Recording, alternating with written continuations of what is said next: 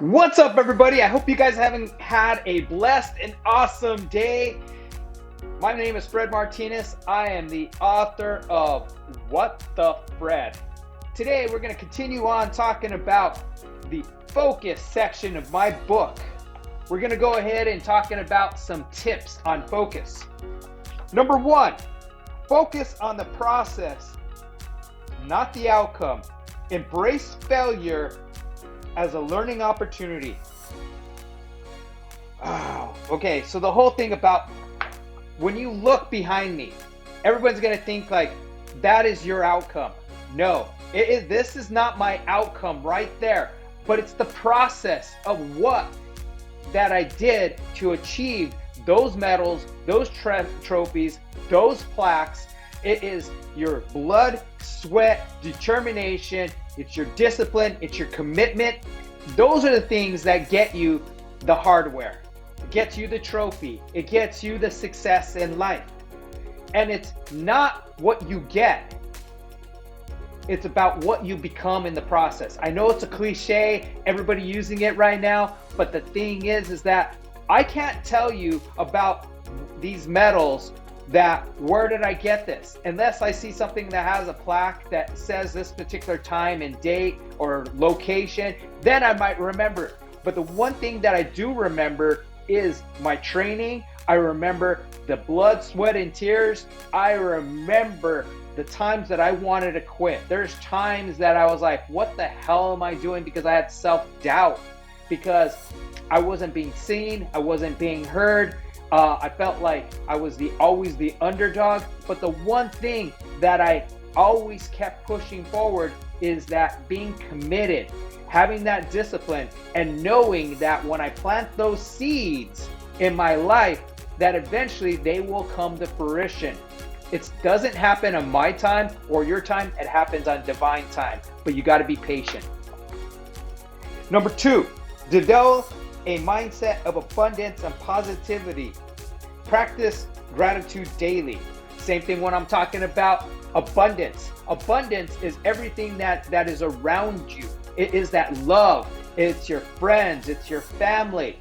It is who you are. When you act and knowing that you have a roof over your head, you got food to eat, you have all this abundance in your life. We focus so much on the stuff that we don't have, but we lose track in all the things that we do have. It's not about what we don't, it's about what we do have. That's the abundance. The abundance might not even be seen because it is just planted in the ground. All the things that you're doing in your life, you're going to college, you're taking classes, or you're working on some kind of endeavor in life, you're writing a book, whatever it is, you're working on it, and most people don't know what you're doing, and that's okay. But knowing that you're making progress towards the ultimate goal.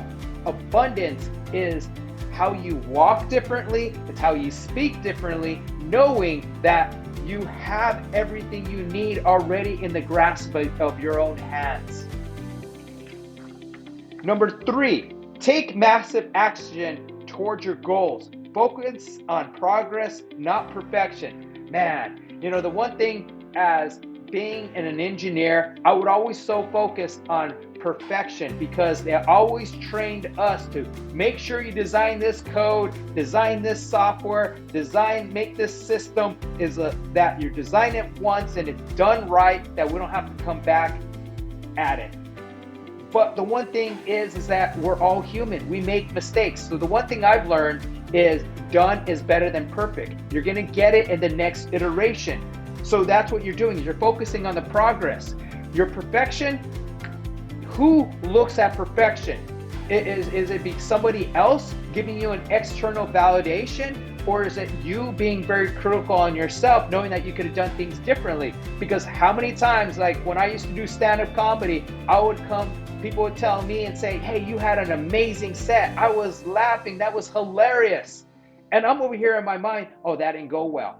Because I was so focused on making things perfect instead of being in that moment saying, yeah, it turned out the way it turned out. And that's the one thing I've learned about cooking too, is that I don't really follow really much of instructions. I just go on the flow and just throw things together. I'm like, wow, look at that. Look what I created. I'm just having fun in that process. And other times I'm like, damn, I don't want to eat this crap. Not even the dog down the street wants to eat the crap that I made. But the thing is like you learn from it.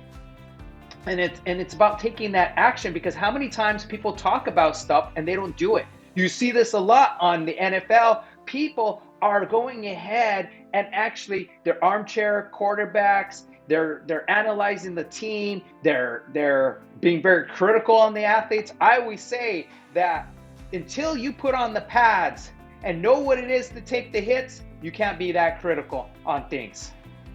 If you're a former athlete and a former player, you're not critical because you know what it takes.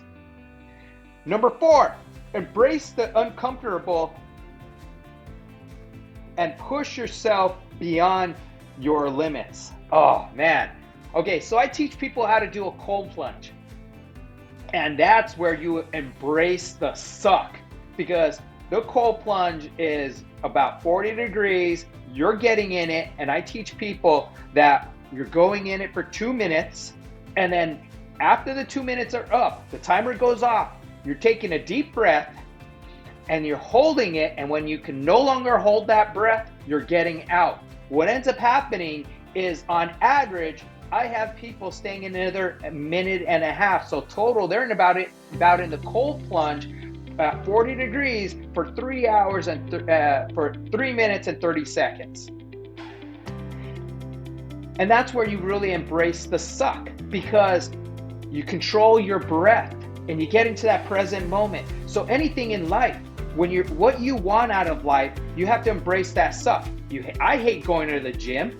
There's times I'd be like, I'd rather just be sitting on the couch. I'd rather be in the bed, nice and comfortable. I don't want to get out in the freezing cold, go out in the middle of the morning just to go and get my workout in. But that's where you got to embrace the suck, because you're doing things that people, the average people are not doing.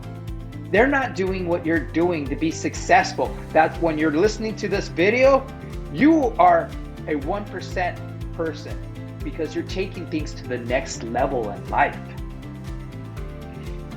5, develop mental toughness and push through the pain and discomfort. Same thing right there. When I talk about a cold plunge, you're building up that mental toughness because you're pushing through that pain, because once you get into that water, you're like, what the F? I need to get the hell out, because that's what your mind is telling you. But when you go ahead and you just breathe, let out all that tension and all that stress, exhaling it all out. When you get into the water, you're not going to hyperventilate, because when you get into the water and you're not having the intentions, though I should say the right intentions of getting into the water, you're going to want to get the hell out, because your body, your mind is in that fight and flight. Whereas now when you get into the water, you're slipping in there and you're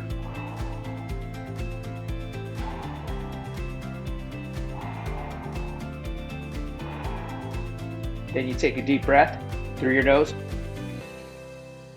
and then slowly exhale from your mouth.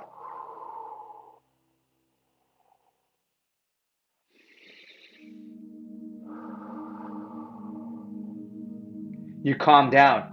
So anytime you go for any kind of blood pressure, when they're measuring your blood and you're at the doctor's office, try that right there. Your exhale is twice as long as your inhale. You're going to be having calm, you're going to be relaxed, and all the stresses are going to flow away. That's one way of building up the mental toughness. The other thing about mental toughness is looking at it as, I don't give a F. I'm here to kick your butt because I work mine off so I can kick yours. That was my philosophy. I made sure that if somebody did beat me, I worked twice as hard, that I came back so I can beat their butt back. And then as I started getting older, I started not looking at things as competition. I started looking at things as collaboration. I'm showing up with my best. They're showing up with their best. I'm rooting for them. They're rooting for me. Totally different energy aspect in life. and it felt good by doing that type of thing. So if you're an athlete, I suggest that you try and look at life as a collaboration, or even if you're not an athlete, in your job, look at everything as collaboration rather than competition, and you're going to go a lot further. 6, practice mindfulness and self-awareness. Focus on living in the present moment. Yeah, go back to that cold plunge. That cold plunge forces you to be in that present moment, because your mind is not gonna, it's gonna chatter. But once you start controlling your breath, you're being in that present moment. And the one thing about the present moment, how many times we've seen so many people, using this guy right here. They're at a concert, they're going ahead and filming the whole thing. They're filming it, and what are you doing? You're not being in that present moment. You're using the lens, you're looking at the camera as being in that present moment, because you're not seeing everything by looking through the view of that little camera, rather than you just taking it all in, feeling the energy. Totally different thing. So I suggest do an experiment, go to a concert, don't bring out your phone, leave your phone at home, and just take it all in, seeing everything, smelling the aroma of every scent that is there, and then being able to look and see the many different people that are there. You're going to have a better connection with people. It's going to be fun. It's going to be exciting. You're going to love it. Believe me. Try it. Number 7, practice meditation and self-reflection to cultivate inner peace and balance. Yeah, the one thing about meditation, it just gets you into that, present state, that present moment. You're just meditating. Prayer is another form of meditation. If you have mala beads, you can go ahead and make this as a meditation. You're meditating. You're going ahead and saying I ams on the mala beads. I am strong, and then you keep on saying that for the whole entire thing. And maybe the next day it's saying I am happy, and you go and do that type of thing. What it happens is it gets into a repetition, and you're getting into that meditative state. Doing yoga is really good. Breath work. Oh man, I love breath work. Breath work right there, it takes you through a process, and it helps you with that meditation. You're having somebody guide you through that meditation. And then self-reflection. Like when I started writing this book, it went into a self-reflection of my life and what things that I have done and what things that I will do, and also the regrets that I do have. But I also looked at it as saying they're not regrets.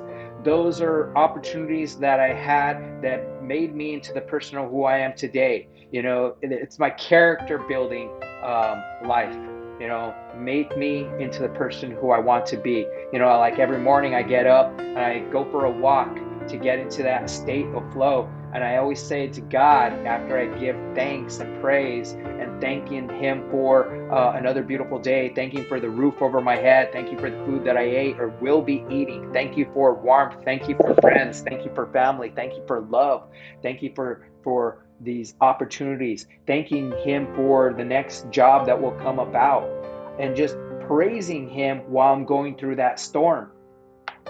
And that really helps me get into that flow and gets me into that meditative state. And it also gives me that kind of like the inner peace.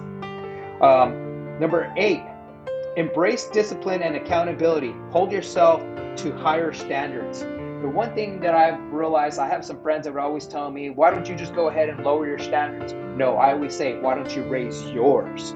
And the thing is about discipline. Discipline is what gets stuff done. And having that accountability, knowing that you are only accountable to yourself, and you don't need anybody else to be accountable. You're accountable to yourself, knowing that did you do the best that you possibly can right now with the given resources that are given to you. That is called accountability, knowing that you can be that you are accountable to yourself, that people can count on you too. Do things that are beyond your comfort zone. Because without discipline, you're not getting shit done. I'm letting you know that. And accountability and discipline, they go hand in hand. They're brothers. They're like, to me, I feel like they're twin brothers, because you can't have one without the other. Number 9, focus on continuous learning and self-improvement. Prioritize long-term goals over short-term gains. Because when you do that, you're delaying your gratification. That's the whole thing, is instead of looking for the short-term gains, you're looking at for long-term. You're going the long-term. You're the tortoise. You are going ahead, and like I said, you're planting those seeds. And when you plant those seeds, you don't go into the garden and dig up those seeds every single day to see, is there roots there? Do I see it growing? No, you're not. You're with the process. You're giving it up to God. You're just watering it, and you keep on putting energy into it. That's when things are going to eventually start growing. That's the whole thing about having delayed gratification, is knowing that you are looking for long term. And continuous learning, the one thing about continuous learning is that you're always striving to better yourself every single day. God gave you this breath. He gave you this heartbeat. And when you wake up in the morning, He gave you another opportunity. He's not done with you yet. So take advantage of that opportunity and better yourself. Because if you don't like who you are, you can change it. And so that's what I wanted to go ahead and focus on. And then my last paragraph I want to go ahead and just read to you guys is, remember, achieving a focused outcome requires consistent effort and dedication. By incorporating these practices into your daily routine, you can improve your focus and achieve your goals. What can I say, my friends? If you want to have focus, you want to go ahead and achieve things in your life, just be determined. Have a desired outcome that you want to look towards and work backwards on achieving that. Like, say, for example, you want to become a public speaker. You're going to go ahead and see yourself already doing that public speaking. You're going to go ahead and work backwards, and you're going to look at all the different things that you need to get done in order to achieve that. If you want to play sports, maybe you want to whatever it is. You want a promotion.